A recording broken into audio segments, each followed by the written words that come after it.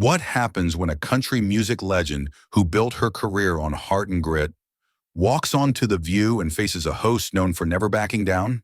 When Reba McEntire sat across from Joy Behar, what started as a simple interview quickly turned into one of the most explosive live confrontations daytime television has ever seen.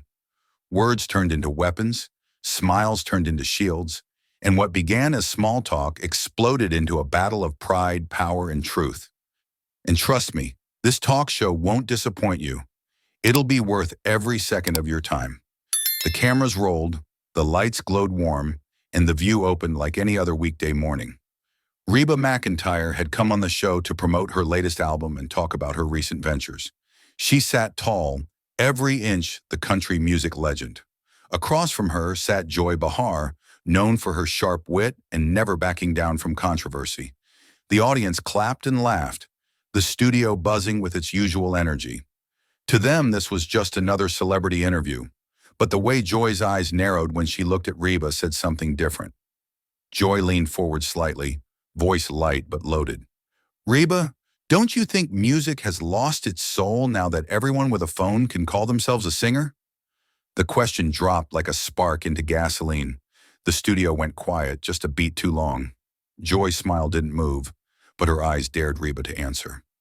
Reba tilted her head slowly, her Oklahoma twang coming through soft but steady.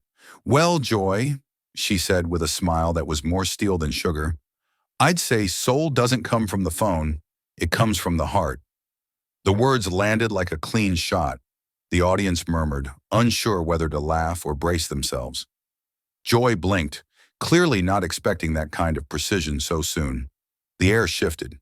That easy morning show comfort vanished, replaced by a thin layer of tension that everyone could feel, but no one dared name. Joy leaned forward, her tone sharpening just enough to slice through the air. "Oh, come on, Reba. Be honest. You built a legacy. These TikTok kids just chase trends. There's no depth anymore." Her words hung heavy, half opinion, half provocation. The audience gave a nervous laugh.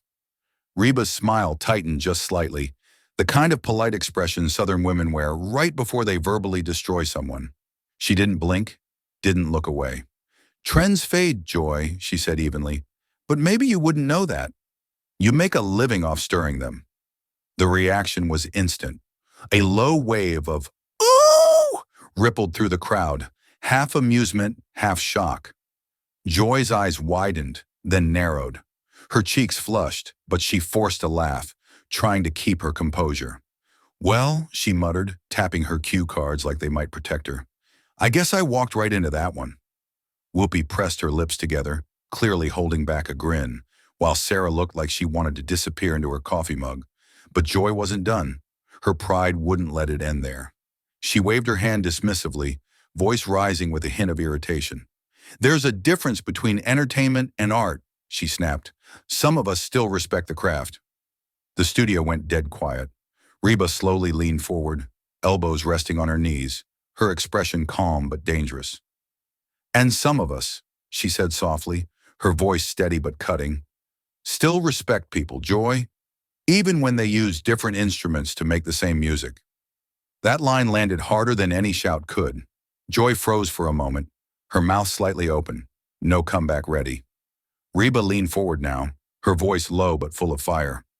"You talk about paying dues, Joy?" she began, her accent thickening just enough to let everyone know she was done playing nice. "I paid mine in bars full of cigarette smoke and broken jukeboxes. I sang until my voice cracked and slept in my car just to make rent. I drove town to town with a busted heater and a busted heart. You want to talk about work ethic? Let's," the crowd murmured, sensing the shift. Reba wasn't answering anymore. She was drawing a line. Joy blinked, caught off guard by how personal it had suddenly become. "That's not what I meant," she said quickly, trying to reel it back. But Reba cut in before she could breathe. "No," she said sharply, "it's exactly what you meant." The words hit with the force of a hammer. There was no smile now, no polite cover, just raw truth delivered with perfect control. Joy sat up, her tone tightening, trying to regain control of the table. "I'm just saying talent used to matter," she muttered, attempting to sound reasonable. Reba's response came fast, clean, and lethal. It still does, Joy. You just stopped recognizing it the moment it stopped looking like you. That line sliced through the silence like lightning through glass. The entire studio froze. Joy straightened her back, her voice sharpening as she locked eyes with Reba. I'm not here to praise mediocrity, she said, each word clipped and deliberate, like she was trying to draw blood without raising her tone. The studio tensed again. Reba's eyebrow lifted slowly, that dangerous calm spreading across her face. Then stop practicing it, she fired back. The audience reacted instantly, one collective whoa that echoed through the studio. Joy's expression froze for half a second, then tightened. Sarah tried to step in, her voice trembling slightly. Ladies, maybe we should up. But Reba raised a hand, her tone firm but steady. Sarah, I'm fine, she said, eyes never leaving Joy. I've handled worse storms than this one, and everyone in that room knew she meant it. Joy leaned back, trying to regain her ground. The smirk returned, but it no longer reached her eyes. Maybe you just can't handle criticism, she said, her voice dipped in sarcasm, the kind of tone she used when she thought she'd won. Reba stood up slowly. No rush, no theatrics, just the kind of deliberate movement that told everyone something serious was coming. She didn't raise her voice, but somehow it carried farther than any shout could. Oh, I can handle criticism, she said evenly. What I don't handle is condescension. Her tone dropped colder than steel. You can mock my genre, my fans, my accent. She paused, eyes narrowing, but not my integrity. The crowd went silent again, every breath held. Joy blinked hard, clearly rattled. Whoopi shifted in her seat, glancing at the floor director, unsure if it was time to cut to commercial, or if doing so would just make things worse. The lights felt hotter now, the air heavier. Whoopi stepped in, her voice calm but edged with urgency. Ladies, we're all friends here, she said, trying to defuse the growing tension. It was the kind of line she'd used 100 times before, usually enough to reset the room, but not this time. Reba didn't even glance her way. Her eyes stayed locked on Joy, steady and unblinking. I came here as a guest, Whoopi, she said, her tone soft but cutting. I didn't realize I'd walked into a lecture. The air in the studio shifted again. You could feel it. The audience didn't know whether to clap or stay quiet. The sound guys didn't dare breathe too loud. Joy crossed her arms, that familiar smirk returning like a shield. Maybe some artists just too sensitive, she said with a shrug, trying to sound casual but failing. Her voice cracked slightly at the end, betraying just how hard she was gripping control. Reba tilted her head and gave a slow, knowing smile. And maybe some hosts, she replied, are too loud to listen. That line landed like a stone dropped in still water. No one laughed, not a sound. Even the hum of the cameras seemed to fade for a second. Whoopi's lips pressed together. Sarah looked down at her notes, pretending to read something that wasn't there. The camera zoomed in tight on Reba's face, cool, composed, but her eyes burned with quiet fire. She wasn't shouting. She didn't need to. The way she looked at Joy said everything. Joy slammed her hand on the table, the sound echoing through the studio like a gunshot. Maybe the problem isn't the new artists, she snapped, her voice shaking with frustration. Maybe it's the old ones who can't stand not being the center of attention anymore. The words hit like a slap. The audience gasped, and then everything went still. So still you could hear the lights buzzing overhead. Whoopi froze mid-breath. Sarah's mouth dropped open. Even the camera operators hesitated, unsure whether to keep rolling or cut the feed. Reba didn't move right away. She tilted her head slowly, her expression calm, but her eyes sharp enough to draw blood. When she spoke, her voice dropped to a near whisper. You just stepped on holy ground, Joy. It wasn't loud, but it was the kind of line that made the air crackle. Joy blinked, her confidence faltering for the first time. She had thrown the punch, but Reba was about to throw the knockout. Reba leaned forward, voice rising just enough to fill the silence. I've buried friends in this industry, she began, her tone heavy, raw, unstoppable. I've sung through heartbreak, loss, and humiliation. I've started over when people said I was finished, and through every one of those moments I stood tall. She took a step closer, her hand pressing against the edge of the table. So don't you ever mistake humility for weakness. The crowd was dead silent, until Reba's next words cut through the air like thunder.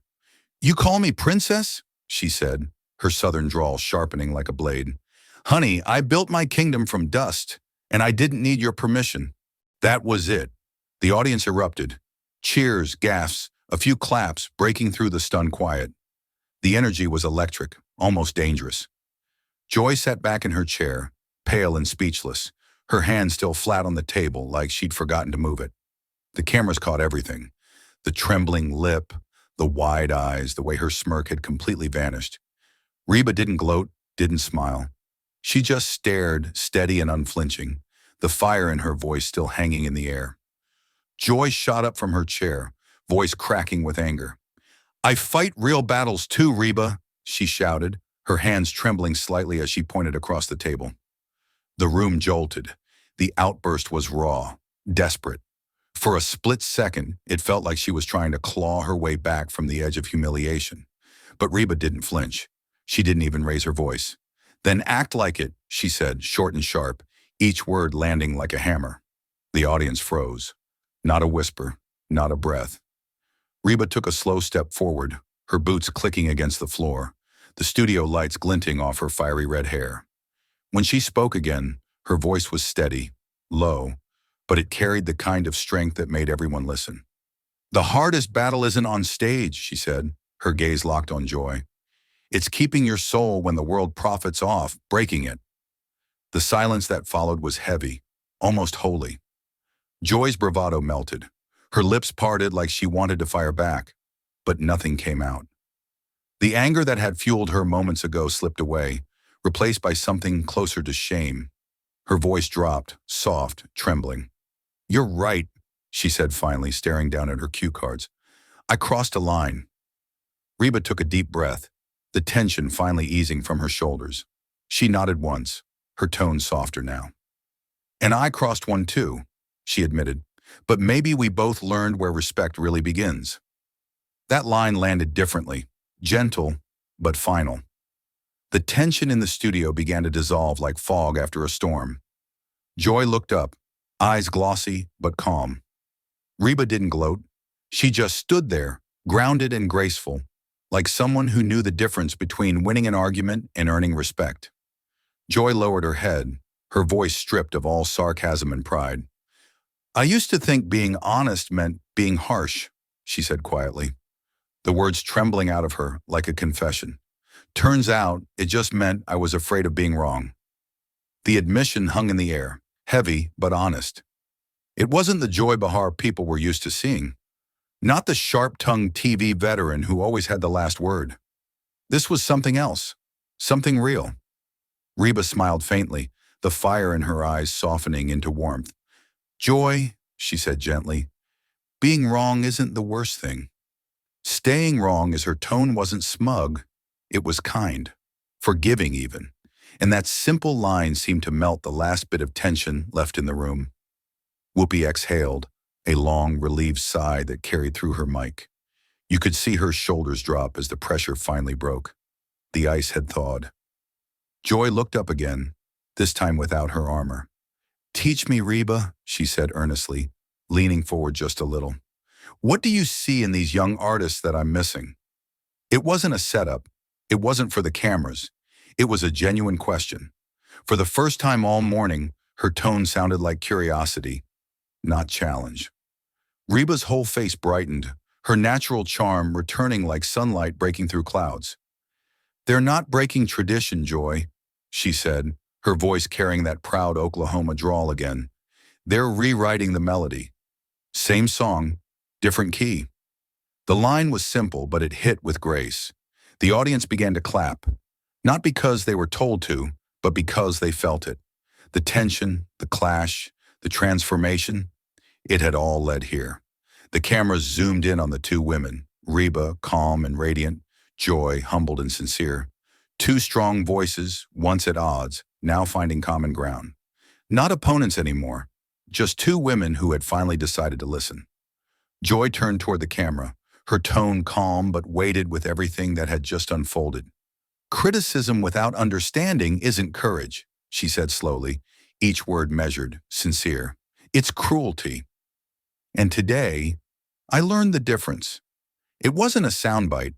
It was an apology dressed as wisdom, and it landed with the quiet power of truth. You could see it in her eyes. This wasn't scripted, not rehearsed. It was real. The audience, still standing, listened in absolute silence. Reba nodded gently, her voice warm and steady as she added, "And I learned sometimes the loudest truth isn't sung, it's spoken with grace." Her tone had that signature softness, the kind that disarms rather than wounds. For a moment, there were no sides, no tension, just two women standing in the wreckage of a heated moment, rebuilding it into something meaningful. Reba extended her hand, and Joy took it without hesitation. The gesture drew a spontaneous wave of applause from the crowd. "We didn't just argue, Joy," Reba said with a small smile. "We made good television, and maybe good change." The sincerity in her voice turned the studio into something more than a talk show. It felt like a lesson, shared live with millions. As the applause grew, the cameras began their slow pan out. The lights dimmed, soft and golden. Joy and Reba kept talking quietly, still holding hands, their silhouettes outlined against the warm studio glow. Then came the hush, that single breath of silence before the outro music played. It wasn't tension anymore, it was peace. The battle was over, but its echo, the honesty, the humility, the humanity, lingered long after the credits rolled.